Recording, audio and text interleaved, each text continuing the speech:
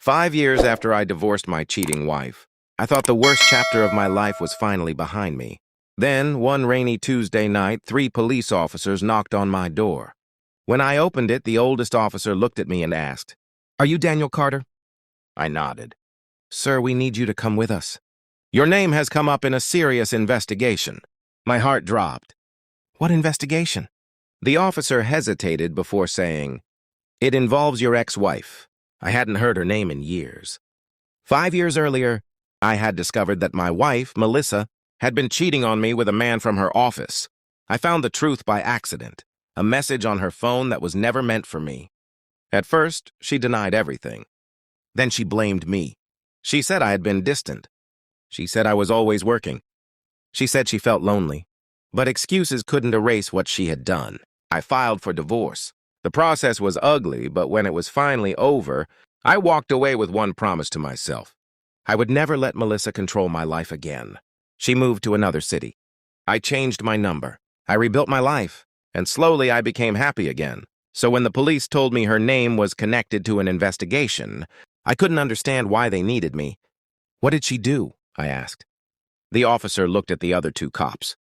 "We believe your ex-wife was involved in financial fraud." I froze. "Fraud?" He nodded. "Large amounts of money were moved through accounts connected to you." My stomach tightened. "I haven't spoken to that woman in 5 years. "We know," he said. "That's why this is complicated." They showed me several bank statements. My name was on them, but I had never seen those accounts before. Someone had apparently used my old personal information to open accounts and move money.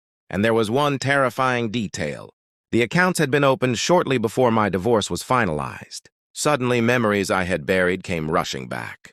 Melissa had once asked for copies of my driver's license. She had told me she needed them for paperwork related to our house. At the time, I trusted her. Now I wondered if that trust had nearly destroyed me.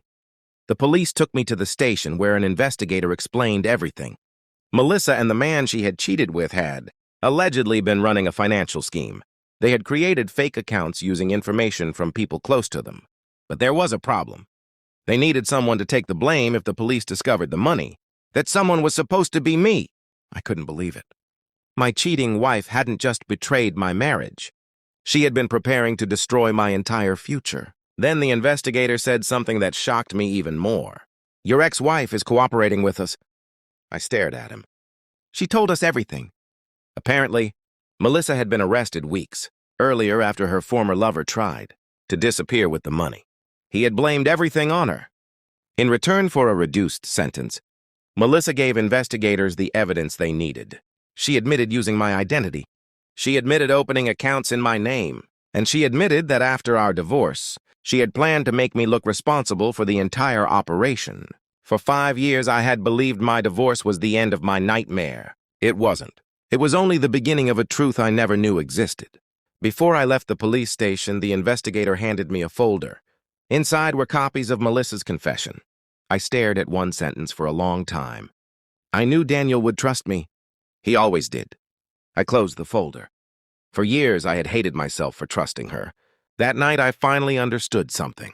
Trusting the wrong person doesn't make you weak. Staying after they destroy your trust does. I walked out of the station, breathed in the cold night air, and looked up at the sky. 5 years ago, I thought losing my wife was the worst thing that could happen to me. Now I realized it had been my escape. Because sometimes the person who breaks your heart is also the person you needed to lose to save your life.